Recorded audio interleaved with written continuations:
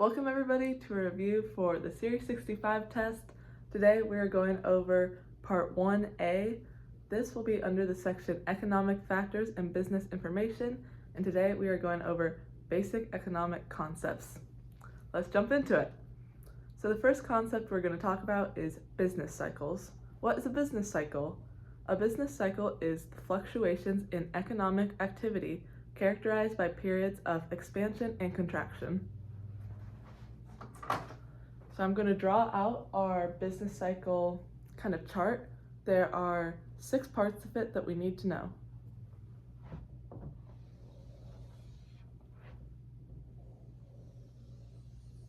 Typically it will look like this, and the uprise is what we call an expansion.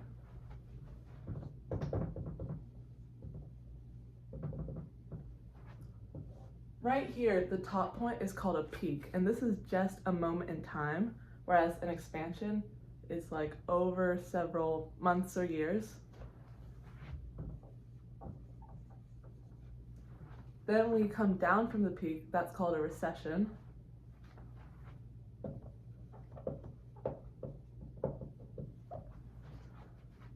Down here, when you go past where you started with the expansion, it's called a depression.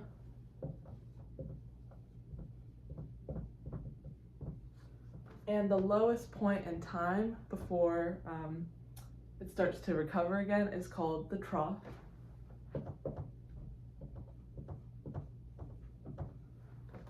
And then right here is the recovery.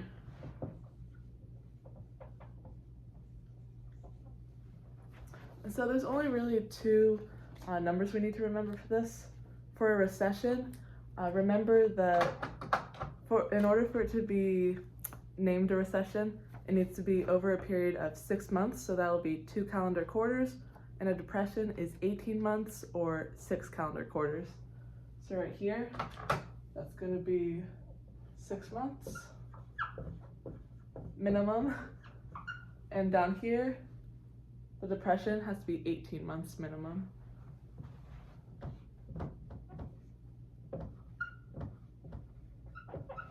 Or a year and a half. All right, the next section we have is leading indicators. And so leading indicators predict future economic activity. So when we look at indicators, we have leading, lagging, and coincidence. If you're an economist or even like an advisor and you're trying to see what's coming next, you would want to look at the leading indicators because they would come before the actual economic cycle. And so a couple examples of these is actually the stock market performance, building permits, and new orders, whereas lagging indicators confirm trends after they occur. So this would be things such as unemployment rates and corporate profits. So of course those profits are going to happen after the cycle has passed, probably just on the tail end of it. And then coincident indicators move with the economy. So those would be like retail sales and industrial production. Our final part on business cycles is types of industries. So there are 2 main ones we need to know: defensive and cyclical. Defensive industries are industries that are least affected by business cycles. So this would be companies that produce non-durable consumer goods like food, pharmacies, tobacco, and energy. And then cyclical industries would be industries that are highly sensitive to business cycles and inflation trends, so durable goods such as cars and machinery. And so I like to remember this from the name. Defensive would be if you're thinking a recession is coming, then in order to like protect yourself, you might want to take a defensive stance and invest in industries that aren't affected by the business cycle too much, so that's why they're called defensive industries. And then cyclical industries, that first word comes from the word cycle because it moves with the flow of the business cycle. So if you're thinking, all right, I think an expansion's going to come, you're going to want to invest in those kind of industries because you're going to get the highest growth, the highest profits from that. All right, let's move on to monetary and fiscal policy.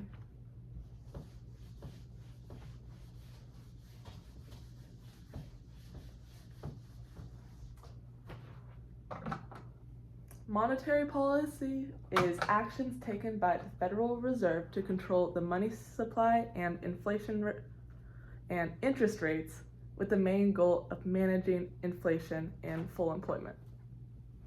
So let's write that out. We're going to be comparing monetary and fiscal policy, but let's start with monetary policy.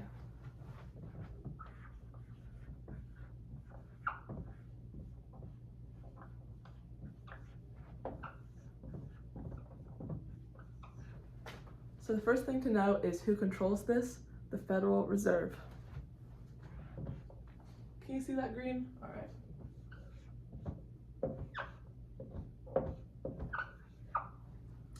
And they're interested in two main things: price stability, so managing inflation, and full employment.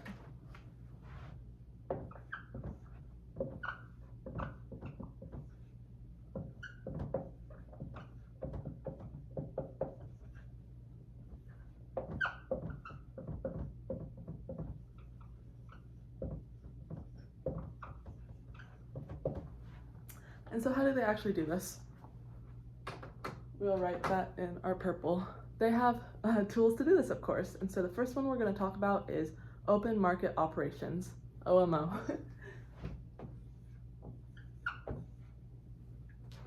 And so what this is the buying and selling of treasury securities to control the money supply and interest rates. So what does this actually mean? Well, the Fed can either buy or sell securities, so bonds, for example, to us, to the people, and that will affect the money supply. And so the way this works is like, imagine I'm the Fed and you're you. The money supply is like the money that people have in circulation, that is like not, that the Fed doesn't have. And so if I am trying to sell you a bond, that is going to take your money and give it to me, so the money supply will go down. But if I want to increase the money supply, then I am going to try to buy a bond from you. So I'm going to buy back the government bonds, I'll give you money, and I'll have those bonds. And so this is used to control inflation, and also works with interest rates. If you are wanting to, there's so many moving pieces with it, but if you are wanting to control inflation, pardon, I keep getting those mixed up. If you're wanting to bring down inflation, you might try to buy government bonds from people to lower the money supply, because, where's our definition? Inflation, our definition is prices up, purchasing power down. So if I'm going to try to buy treasuries or bonds from you, that would increase the money supply and lower interest rates, and that would, let me think how to say it. That would lessen inflation because there wouldn't be too many resources chasing too few goods.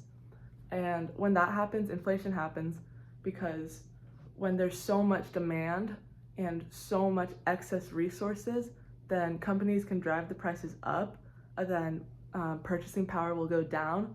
But if I, as the Fed, take back a little money, that's going to, in theory, lower demand, and then companies will have to bring down their prices, and there should be more price stability, if that makes sense.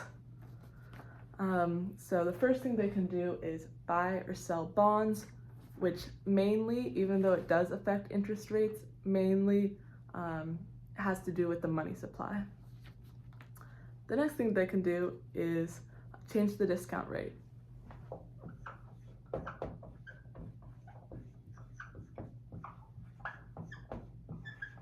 So the discount rate is the interest rate that the Federal Reserve charges banks for short-term loans through its discount window. So believe it or not, banks actually have to borrow money from the Fed, and from each other sometimes. This is because when we invest money in a bank, the reason why we can get some interest back is because it doesn't just sit there. Banks will reinvest it in many kinds of things or loan it out again to get even more money. So sometimes banks can actually run a little low on money, and so they'll need to borrow from people, and that can include the Fed.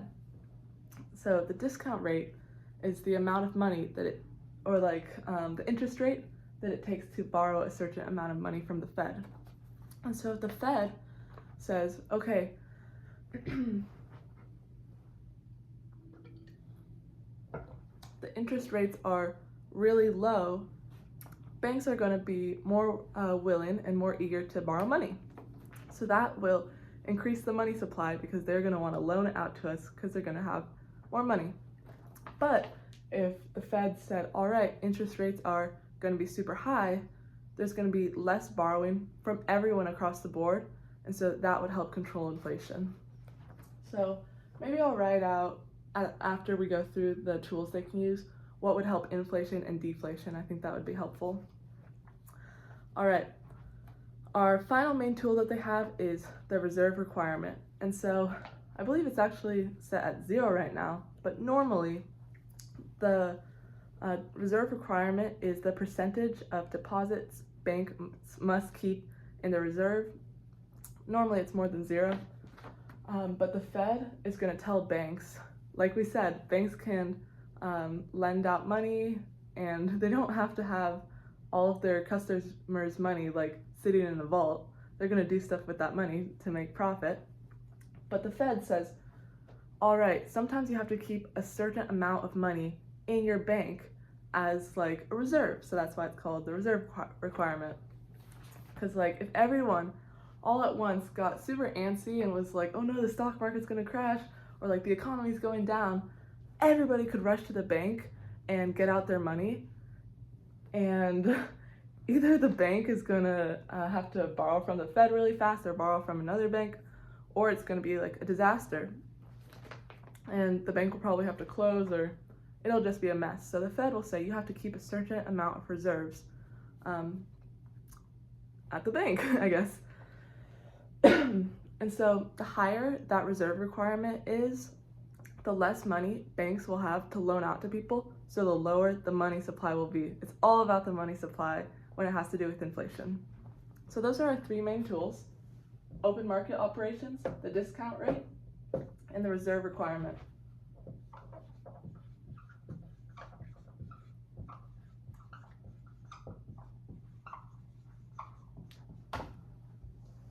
All right, so if we had super high inflation, which we have a little inflation right now, but if it was crazy and we wanted to do something about it, here's what we would do for each of them.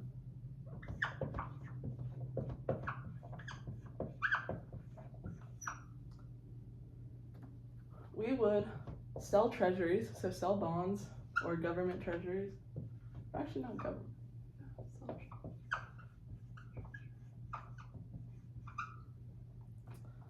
We would also discount rate.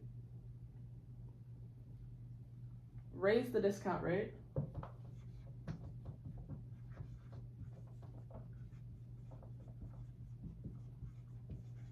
And raise the reserve requirement.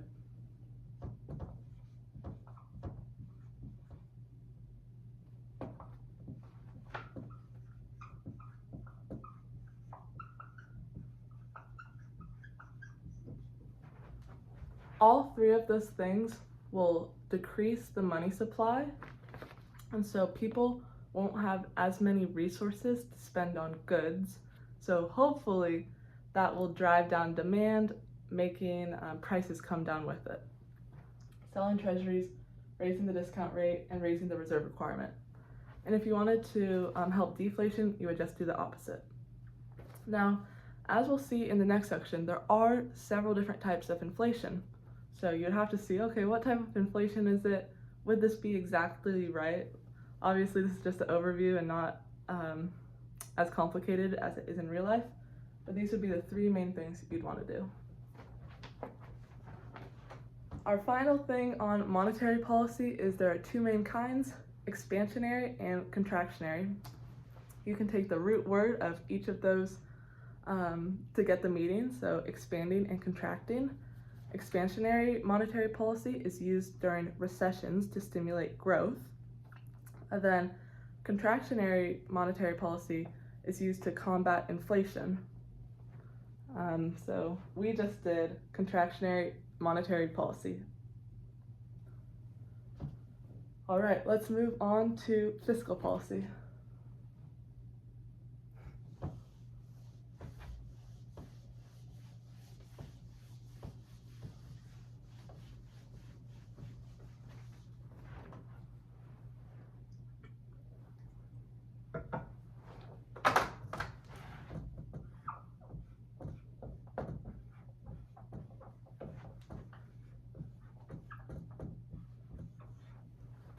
All right, fiscal policy is government actions involving taxation and spending with the goal of full employment and economic growth. First thing to know, controlled by the government.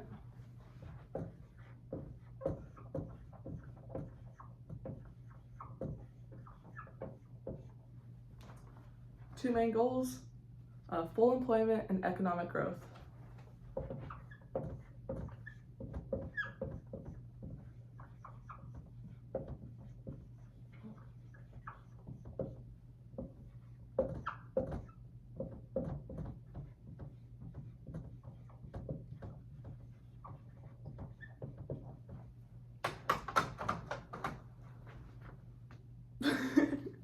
The two main tools that the government has is taxation and government spending.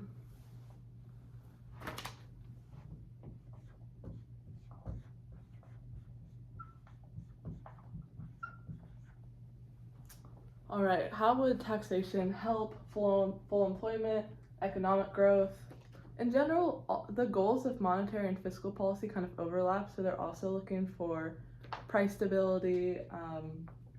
Both is just general economic health, but these are the two main ways that fiscal and monetary policy are different in their influence.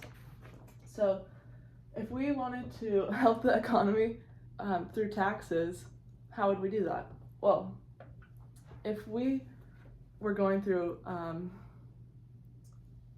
a time of inflation, it was really high, as you know from what we just talked about, the money supply is probably going to be pretty high too. So how do you lower the money supply? Taxes. And two,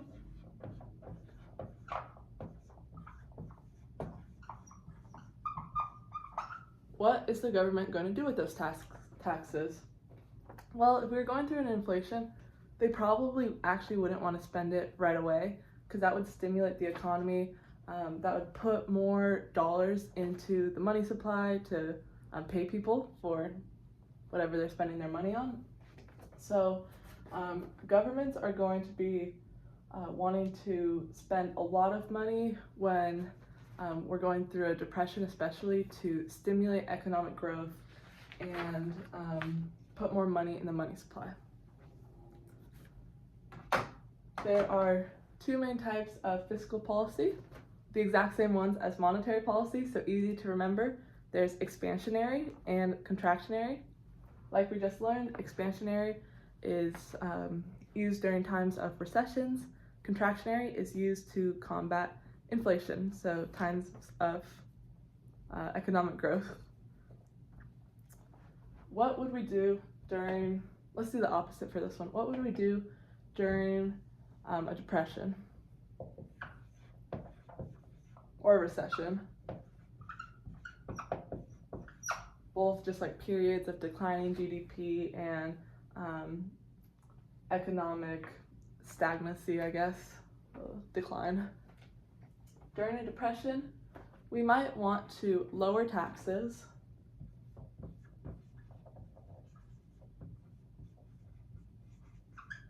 people will have more spending power, there will be more money in the money supply. It always comes back to that.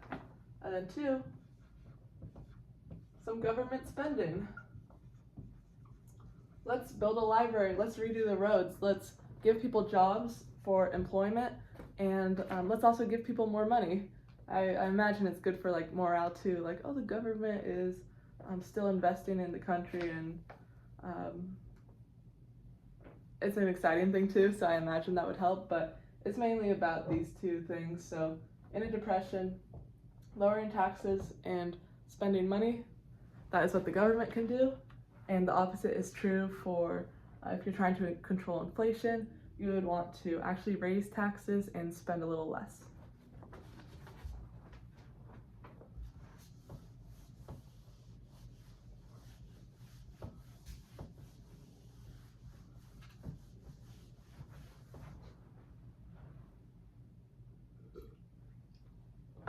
The next section we're on is section number 3 of section 1A. We just went through 1 and 2. We went through business cycles, then we went through monetary and fiscal policy. Now we're going to go to global and geopolitical factors.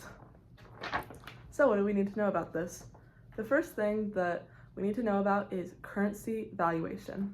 What this is determining the worth of one country's currency in another. So how many US dollars can you get for a euro? Two things we need to know about this. There is currency appreciation and depreciation.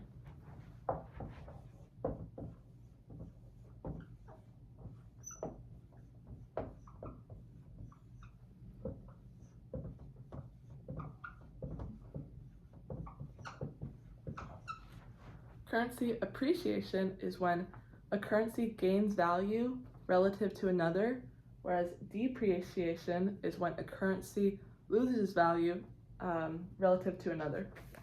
And so it's kind of in the word, when you appreciate something, it's to like ascribe to value of that thing. Like, oh my gosh, you're amazing, I love you. That would be to appreciate, to raise the value in comparison to everyone else.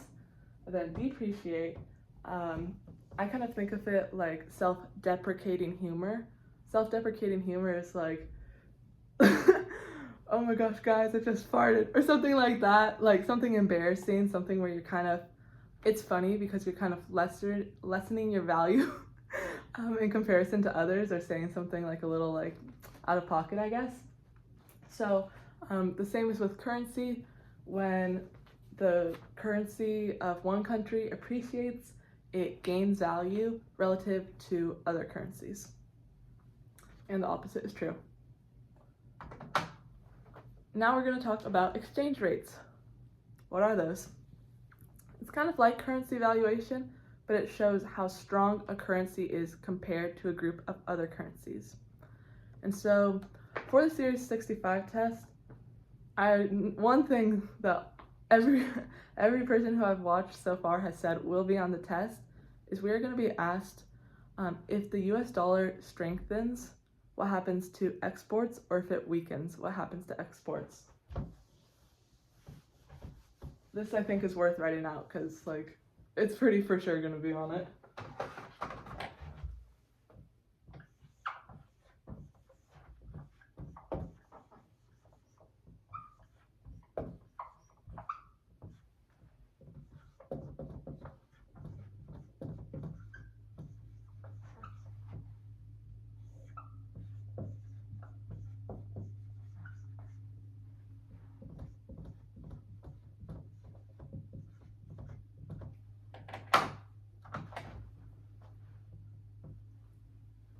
All right, so if the US dollar strengthens, exports will be blank for other countries. And so we could be asked about this in 4 ways. We could say if the US dollar strengthens, what will exports be? If the US dollar strengthens, what will imports be? If the US dollar weakens, what will exports be? If the US dollar weakens, what will imports be? But let's start with the first one. If US dollar strengthens, blank, exports are blank to other countries. Exports are more expensive.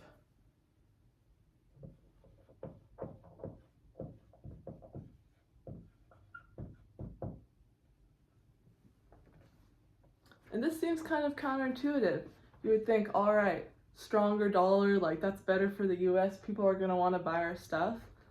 But if the dollar strengthens, that is going to be more pricey to buy from us. So exports, people buying from us and us sending it out, will be more expensive. The way it gets so confusing, so the way I kind of wrapped my head around this is, let's just say I go to Walmart to buy some sourdough bread, and there is 2 loaves, and they're basically the same. One is $5 and one is $1. Which one am I gonna buy? Obviously the $1 one, because I want to use as little value as I can. If I can get the same bread, I want to use the least amount of value. So if the US dollar is stronger, that means that it has more value than other countries' currencies. So you wouldn't, if you're trying to buy bread from the US or from like Mexico, you wouldn't want to use the stronger currency, because that would be paying more value for the same thing. You'd want to use the weaker currency. Now, there are some situations where countries will adjust, and Brandy Melville's website, for example, I did like a fun research thing where the one sweater on the Australian website is like $70, where the US website it's like $45. And at first you think, oh my gosh, why would I pay $70? Why would they price it that high? But they actually kind of adjusted for the currency difference. So some countries do that, but if things are relatively similar, you're gonna want to buy from the country with the weaker dollar, actually, because you're gonna want to spend less value. So let's retry this question again. If the US dollar strengthens, then imports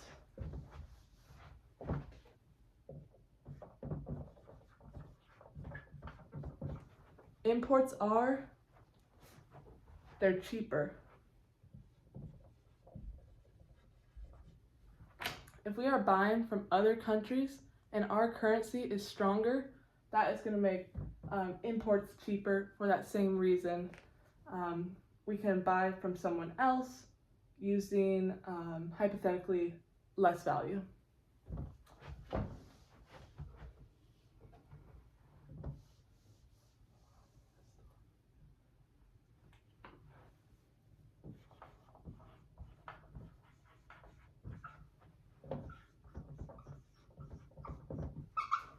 All right, if the US dollar weakens, then exports are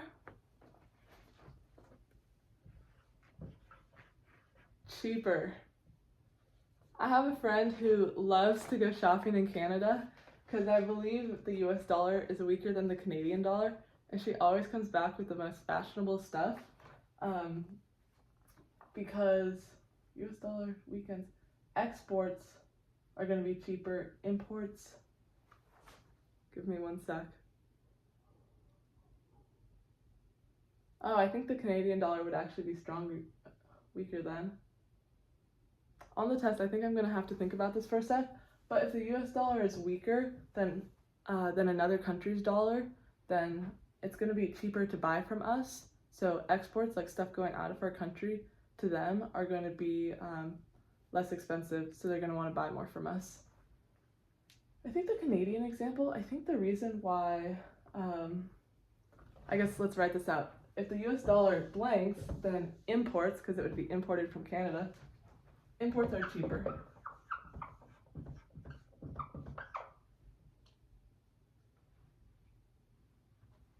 Okay, the US dollar would need to strengthen, actually. So I used that example wrong. If the US dollar strengthens, then imports, getting it from other countries, are cheaper. All right, this, I think you just, if you get a little confused like me too, I think you just gotta go over, try to make as many examples as you can. And then just on the test, think about like, all right, where would I want to buy from if I'm trying to spend the least value? That's kind of how I think about it.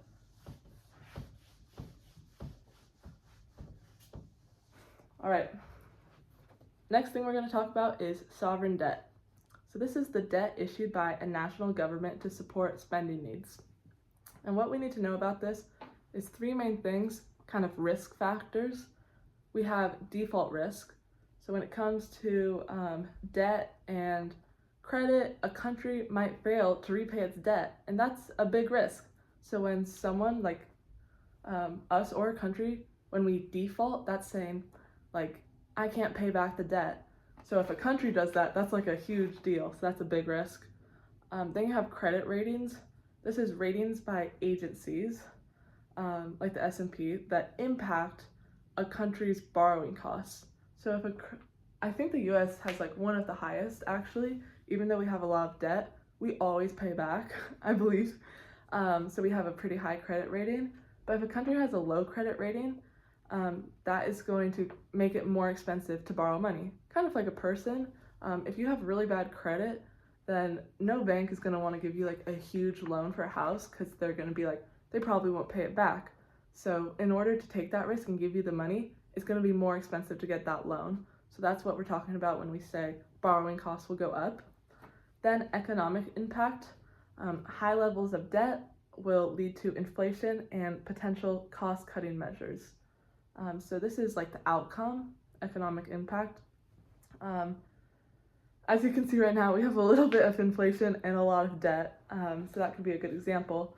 And potential cost-cutting measures would be if the government gets into a bunch of debt because it's spending, and then the citizens get like used to all those good things that that money bought, they're gonna have to cut those eventually or cut back on costs somewhere to pay back that debt. So that is going to be a big shift for both people and the economy. All right, final section for section number 3 is geopolitical factors. These three are kind of intuitive, but it's still good to kind of note them. These are just things that might affect the economy that have to do with geopolitics. The first thing is trade agreements and disputes. So trade between two countries, normally this is what it's referring to, or disputes will affect imports and exports and overall economic growth. Then wars and conflicts can also have an impact on the economy. This can increase market volatility, which is the amount that the market fluctuates, and it can affect commodity prices like oil, usually driving them down if there's war. And finally, we have sanctions. This is economic or trade restrictions imposed by countries to penalize or influence behaviors of other nations. So if we're in war or conflict, or another country wants to give us a sanction on something, that is going to be difficult to obviously trade with them at all, if even if they let us probably at a bad price too. All right, done with section 3, let's go on to section 4. Section 4 is on inflation and deflation. This is probably my favorite section because I like the different kinds of inflation and seeing like, all right, different things can cause inflation, which is just so interesting. So inflation is when prices go up, purchasing power down. Let's write that down.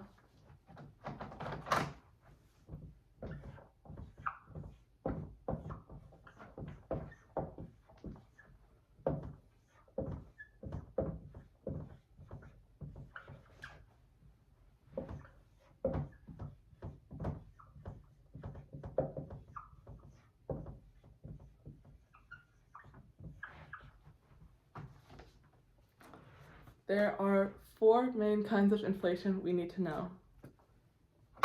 The first is demand pull inflation. And so this is when demand is really high, as in the word, and so prices go up. Why does this happen? Because companies can do that.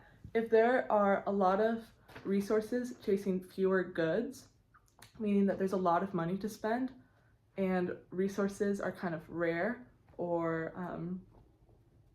there's less resources than there is money, then companies can raise the prices of stuff and people will still pay for it, especially things like food and gas that people actually like need. It's not like a luxury good.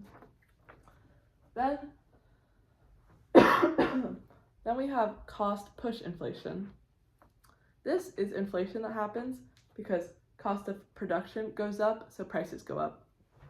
Usually I've seen through this studying that prices go up and then purchasing power goes down. So the first reason prices go up is because demand is high. The second reason is because production costs are high.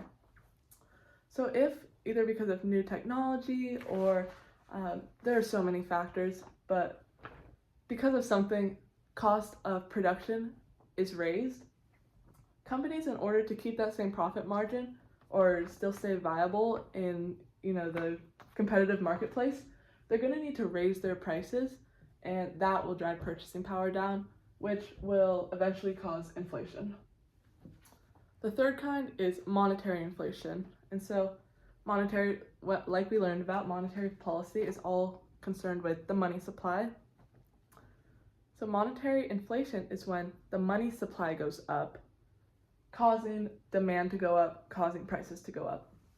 And so the difference between this and demand pull inflation is demand pull inflation. Demand can go up for any number of reasons, because something is trending or people just want the goods more, even population, I imagine. But monetary inflation is specifically when the money supply goes up, so that causes demand, when people have more money. And it's kind of funny, sometimes when you get more money, I've found in budgeting, the more money you get, the more you spend. Like it's like, oh, I need this and I need this now. So this would be kind of like monetary inflation. When people have more money, either due to lower interest rates, they're borrowing more, employment is actually going well, so people are having jobs and earning wages. This will cause people to want to spend more, so prices will go up, purchasing power down. Last kind is stagflation. This is the most unique kind of inflation because it's inflation that simultaneously occurs with stagnant economic growth and high employment rates. Normally, inflation occurs alongside really prosperous economic growth and low employment rates. As we just talked about, when people are employed, they have more money, which will drive prices up, purchasing power down. But stagflation is inflation that coincides with high unemployment. So people don't have jobs and there's not a lot of economic growth, but prices are still high, and that will eventually drive purchasing power down. I believe this is it would be a leading indicator of maybe a recession coming. This would honestly, just from my readings and research, seem like the most concerning kind of inflation.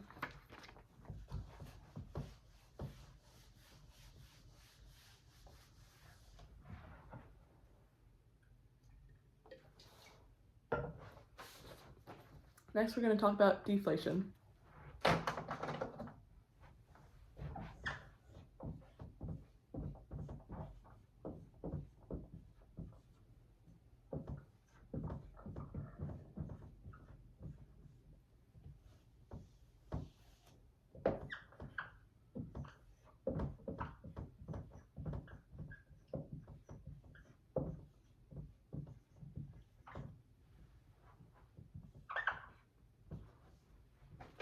All right, deflation is when prices go down, purchasing power goes up.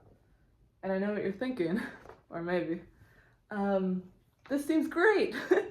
Prices are down and I have tons of money to spend. Economic experts, economists, I think, actually say that this is more dangerous than inflation for a number of consequences that I think we'll get into for later units. This is already a long video. But this is actually pretty risky, and inflation is honestly said to be, I guess, preferable, even though neither is perfectly ideal. I think just the tiniest bit of inflation is what both the Fed and I think the government aim for. But there are two types of deflation we need to know: demand side deflation and supply side deflation. Demand side deflation is when demand goes down. So in order to try to keep making money, companies will just lower their prices. Like if something doesn't, or if a consumer doesn't want to buy something, there are two things you can do, two main things. You can either make a better product or you can drop the price of your current one. And so in demand side deflation, companies will drop their prices, and so now consumers have more purchasing power. Then we have supply side deflation. So this is when supply is up, so there are lower prices. And so if you have a bunch of inventory that you want to move and you are trying to sell it all, you either get good at marketing or you lower the prices. And so supply side deflation is saying they are lowering the prices. Supply is so high and there's so much extra inventory that in order to actually sell what companies want to sell, they have to just keep lowering the prices to try to get people to buy it, and then purchasing power will go up because the prices are so low. A couple quick things to note on this before we move on to section number 5 is that during inflation, your better bet when comparing is stocks rather than bonds because of the rising prices. Stocks may still be hurt during inflation, but it's a better hedge. And if you put money in and then the inflation happens, usually the stock market will move along with it, or it'll at least be a better hedge. But if you have bonds that pay dividends during or they give you like distributions of money, if you have that during inflation, that's going to be terrible because the purchasing power is going to go down, which means, let's just say I get $10 right now. If inflation keeps happening, $10 is going to be worth only $5 in the future, if that makes sense. The value of that money will go down with inflation. So you don't want fixed income during inflation, that's for sure. Now, the opposite is true during deflation. Bonds would be a better hedge. It's still a little tricky, and obviously diversification is a good idea too.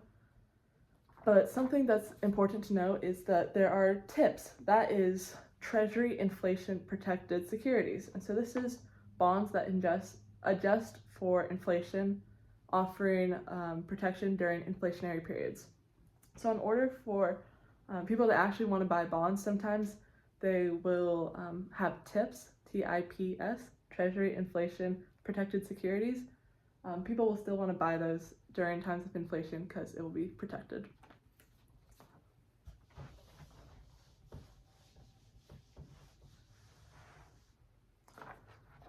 One more concept, inflation inertia is the concept that the rate of inflation does not immediately react to changes in economic conditions.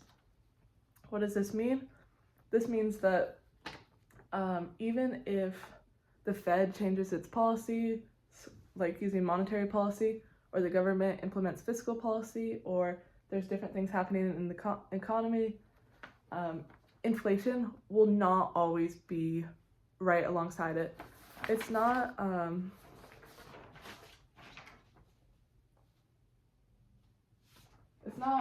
a coinciding indicator, as we would say. There's like a little lag. All right, last thing until section 5. We need to know constant dollars versus nominal dollars. Constant dollars is the value of money adjusted for inflation, and then nominal is the value of money not adjusted for inflation. And you can remember that through the name. The word nominal means in name. So nominal dollars is just the dollars in name, but not like actually adjusted. Then constant dollars, it will be constant throughout time, like you can adjust it for different years. I like to think of the example of like, what movie grossed the most money? Was it like Avengers or Avatar or Gone with the Wind? Well, if we use nominal dollars, so just in name, I think it would be like Avengers because it grossed like, maybe several billion, I don't remember. And then Gone with the Wind only grossed like 300 million. So using nominal dollars, we would say Avengers grossed more money, but using constant dollars, if we would adjust for inflation and say, how much would those $300 million that Gone with the Wind made? They would make, like several billion more than Avengers at least. So Gone with the Wind, using constant dollars, would actually be the highest grossing movie. All right, section number 5. We got this. Keep going. 2 more sections. Section number 5 is on interest rates, credit yields, and credit spreads. Let's see. All right, so interest rates, we talked about a little bit, is the cost of borrowing money. So there is the nominal rate and the real rate. The nominal rate is the rate only in name. So the interest rate, just in name, and then the real rate is kind of like our constant dollars. It's adjusted for inflation. So higher rates can reduce borrowing and slow economic growth because it's going to be more expensive to borrow, so the money supply will be lower, and lower rates will stimulate economic growth. The next thing we need to know about is the reserve requirement rate. Talked about that a little in monetary policy again. This is the amount of money banks need to keep in their reserves. Higher rates will discourage borrowing, so decrease the money supply, slow economic activity, which will help inflation. Then lower rates will make it cheaper to borrow money, and the banks will have more money available because they won't have to keep as much in their reserves. And this will help deflation and boost economic activity. Next is the discount rate. This is the interest rate that it takes banks to borrow from the Fed. Like we said, banks sometimes need to borrow money, which is crazy, but it makes sense because they are doing stuff with our money while we give it to them so that they can give it back to us and make a little profit and sometimes give us a little interest. So the discount rate is how much it takes the banks to borrow from the Fed when they need money. I like all 3 of these rates because across the board, higher rates will slow economic activity because there will be lower money supply, and that will help inflation. It's the same principle for all 3 rates. Finally, the federal funds rate. This is the interest rate it takes to borrow from fellow banks. So higher rates discourage interbank lending, reducing the money supply, helping inflation. What is the prime rate? This is where we kind of steer away from those 4 rates, which have to do with price stability, and these next 2 are just ones we need to know for the Series 65 test. We have the prime rate, so this is what banks charge their best commercials customers to borrow money. This is set by banks, not the Fed, so it's not having to do with monetary policy. And so what the prime rate is basically, in I guess layman's terms, is if I wanted to borrow from a bank $1 billion and Walmart also wanted to borrow $1 billion, Walmart would be probably the bank's best corporate customer, and they're very likely to pay that back. But I'm not very likely, I'm just a random girl, some individual. So the bank is going to give Walmart a better rate, like a lower interest rate. They're going to discount the price of borrowing money because they aren't going to need to be compensated for that extra risk of not getting paid back by me, because Walmart is probably going to pay them back. So that special rate that they would give Walmart or Target or even like big investors, that's called the prime rate. Broker call is what banks charge broker firms to borrow money. It's in the title, kind of easy to remember. Next section we're going to talk about is yield curves. So a yield curve is a graph that shows the relationship between interest rates and maturity dates of debt securities. That all sounds complicated. You got it. It's super simple actually. Interest rates is like the yield, and maturity date is just at what point in time, like as the bond matures or as time goes on, how are the interest rates looking? And so usually as time goes on, if the economy is doing well, then interest rates or yields will go up for debt securities, which is a fancy way of saying things like government bonds. And so there are 4 kinds of yield curves we need to know.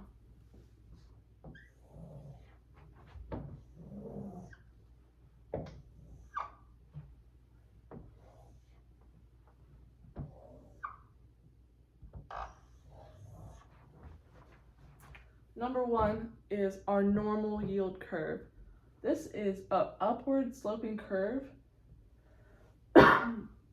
This shows that the longer, sorry, I should probably do the x and y axis. Our x-axis is going to be time, and then this is going to be yield. I guess it could go the opposite way too, but I think normally it's like the longer time goes on. So anyhow, let's just assume that time is on the x-axis. The longer that time goes on, the better yields you'll get. And so this is normal. This is a positive economic indicator. This will mean that people have trust in the economy and that there's good price stability. This is an inverted yield curve. This is terrible. This is a negative leading economic indicator. And so this means that as time goes on, yields will decrease. And this is usually because there is a possible recession coming and people aren't either like trusting of the economy, or they think like prices will go down. And it's called inverted. You know how like an inverted picture is flipped, or an infrared photo is like the opposite colors? It's just the opposite of the normal yield curve. This is what we're looking for. This is very good. This is disastrous. You probably want to sell your bonds if you think that there's going to be an inverted yield curve. All right, this is a flat yield curve. And so a flat yield curve occurs when both short-term and long-term bonds have similar yields. And so I think I kind of maybe explained at the beginning wrong. This isn't like if you have, this is saying like the longer duration your bond is. It's not saying like the same bond, because normally the dividends like are the same monthly or quarterly price. But this is saying if you buy a 1-year bond, it's not going to give you as much yield as a 5-year. So it's comparing short-term and long-term bonds, not one bond's price over the course of 5 years, if that makes sense. So short-term, long-term, you're going to get more yield because you're going to not have that final payment, or you're not going to have your money for longer, I guess, and it's going to be riskier to hold it. So a flat yield curve is saying that long-term bonds, sorry, I keep mixing those up, and short-term bonds have similar yields. This shows like economic uncertainty. Yeah, no one's really sure what's going to happen. It's like kind of, it's uncertain. This, since the economy is doing well, it's going to reward the long-term bonds. And then normally you're rewarded for long-term bonds, but here you're actually punished for it, so that's why it's a negative leading indicator. And then this is a steep yield curve, as you can see, very steep. This occurs when the gap between short-term and long-term bonds is larger than normal. So this jump is that gap. This means that long-term yields are much, much higher than short-term ones. And so this is a very strong economic indicator, almost too strong. It's probably telling us that there's going to be really high inflation and then maybe a recession to come after. Sorry if that was a little confusing at the beginning. It's comparing short-term and long-term, not like one bond over the course of 5 years.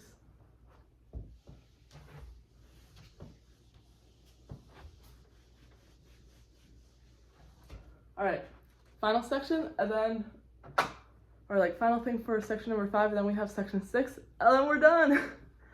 Credit spreads. Credit spreads are the difference in yield between bonds of different credit qualities. That sounds a little wordy. What does it actually mean?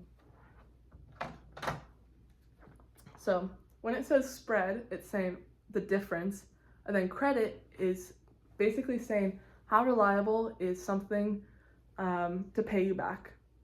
So when you have a bond, if it's a high credit quality, like a US Treasury bond that the government has sold you, that means they're probably definitely gonna pay you back. You're gonna get your money up until the end. So the yield is going to be lower. It might be 3%. You're not going to get rewarded as much because you're not taking as much risk. Whereas a corporate bond, especially one from a corporation that's not established and doesn't have high credit, the yield is going to be much higher, maybe 6%, because you're taking a risk. You're saying, all right, I'll trust you to pay me back, even though their credit rating or their likelihood to pay you back is not as high as the US government. Like the US government, say what you will about them, but they basically never default for like paying back bonds. I think we have the highest credit rating. So if you're going to invest in a corporation or like buy a bond from a corporation, when you could buy it from like the US government, the yield will be higher because the credit is lower. So that spread is just the difference between those different quality of credit bonds. So all you'd have to do to find that is just subtract 6% minus 3%, and the credit spread between those two would be 3. And so this compensates for the higher risk of the corporate bond. 2 important things to note about this: a narrowing credit spread. So when this difference gets smaller, so maybe this is 4% and 5%,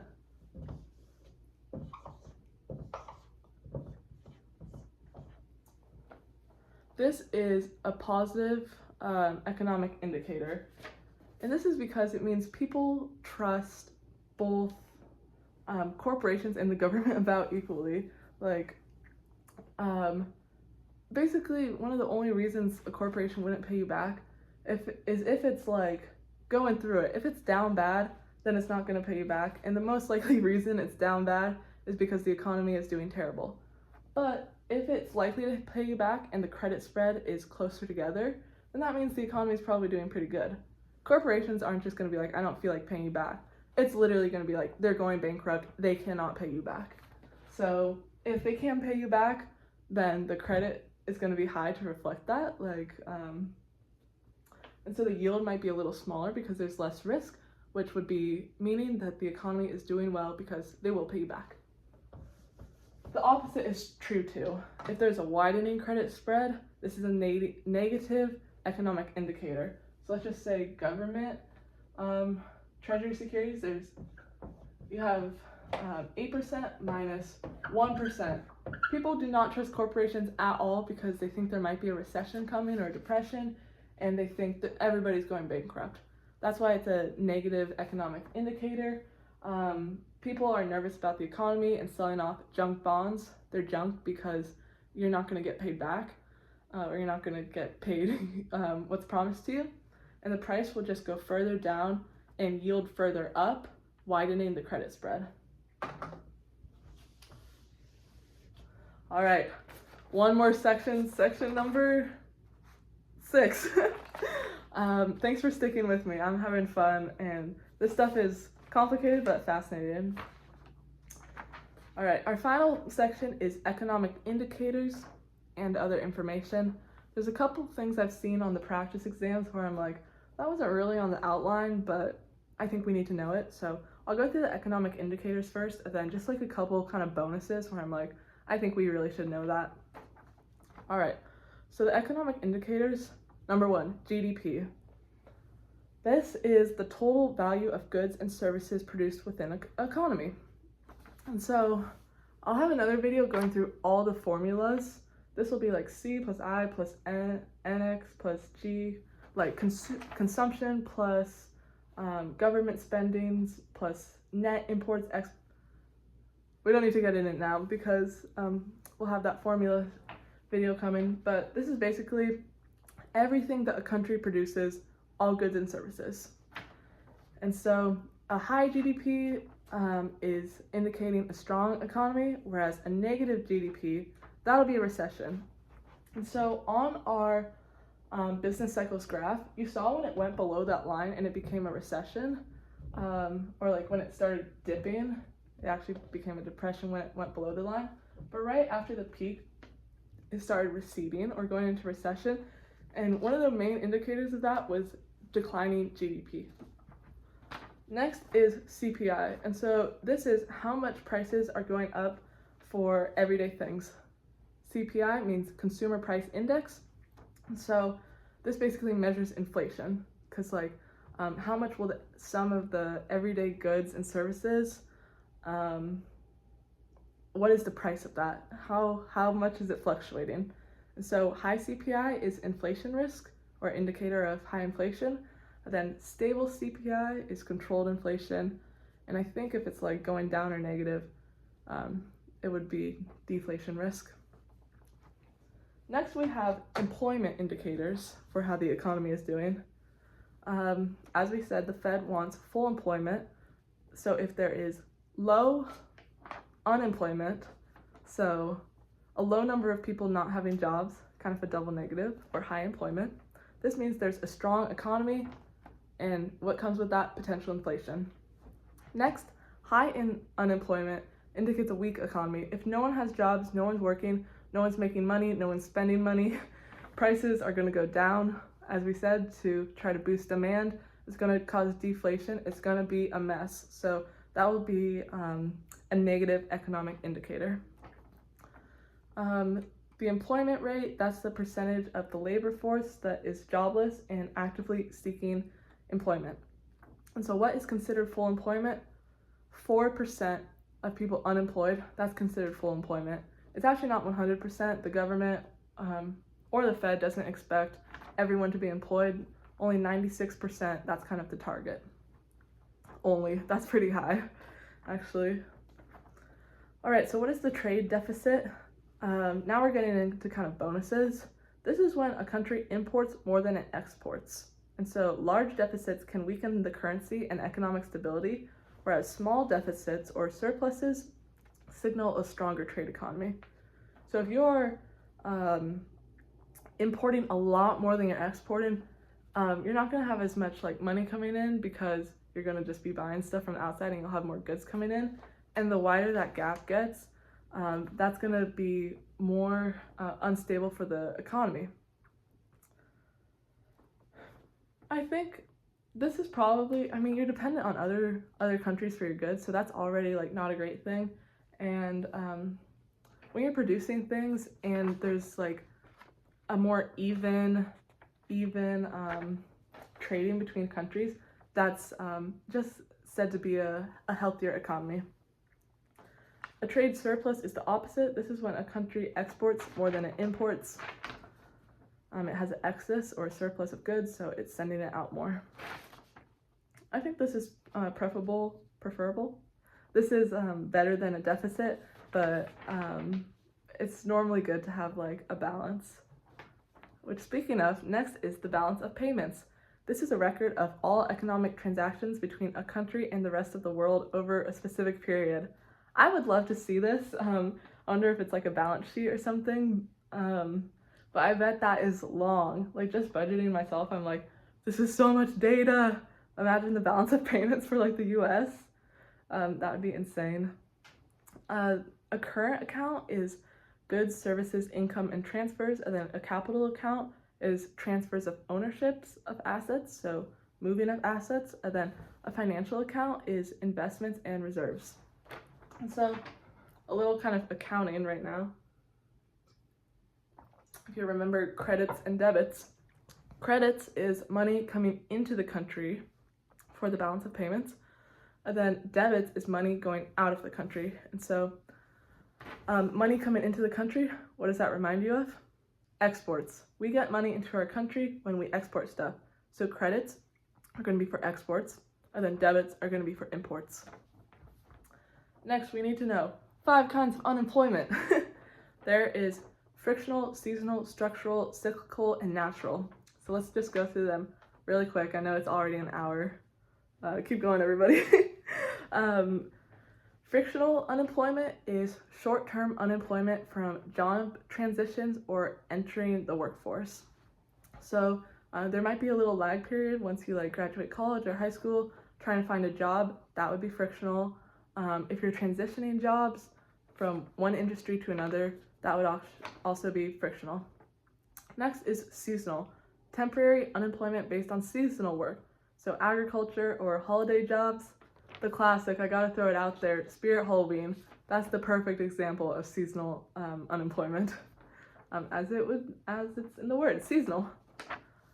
Structural, this is a mismatch of skills or location for jobs that exist. So workers don't qualify for those jobs.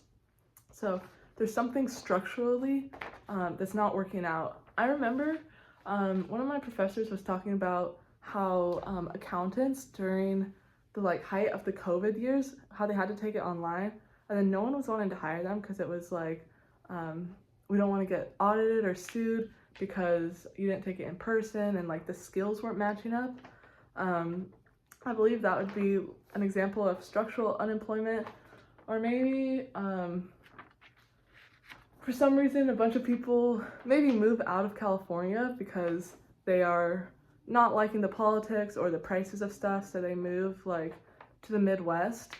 All those people from LA and the Bay, LA, they're not necessarily, some might be able to find jobs, but there's definitely going to be a mismatch in skills. One example here on the outline is, it's funny, agriculture work could be seasonal or structural unemployment.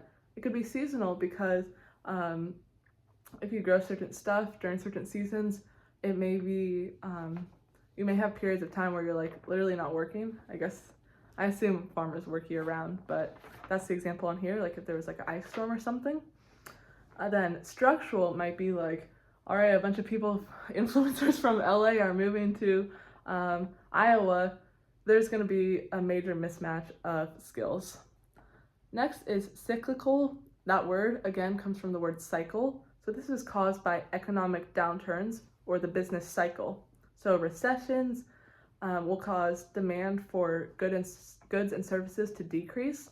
And so this is where people might be well fitted for their jobs and it might be the season to work, but just because of the economic cycle, businesses might have to lay off people, or there's just not enough money in flow to pay workers what they would be willing to work for. So this is cyclical unemployment. And our final one is natural unemployment. This is the normal rate of unemployment, hence the word natural, in an economy consisting of structural and frictional unemployment.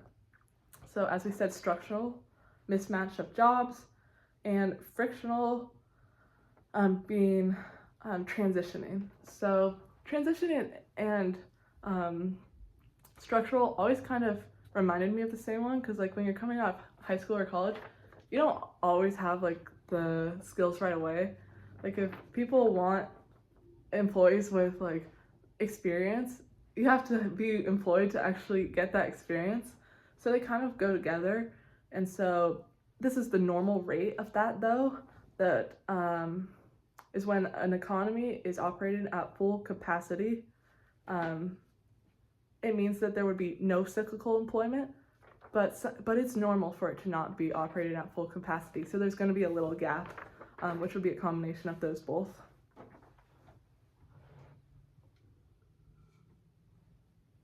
All right, there are three kinds of economies we need to know. There's a market economy, a command economy, and a mixed economy. A market economy is where decisions are driven by supply and demand with minimal government intervention.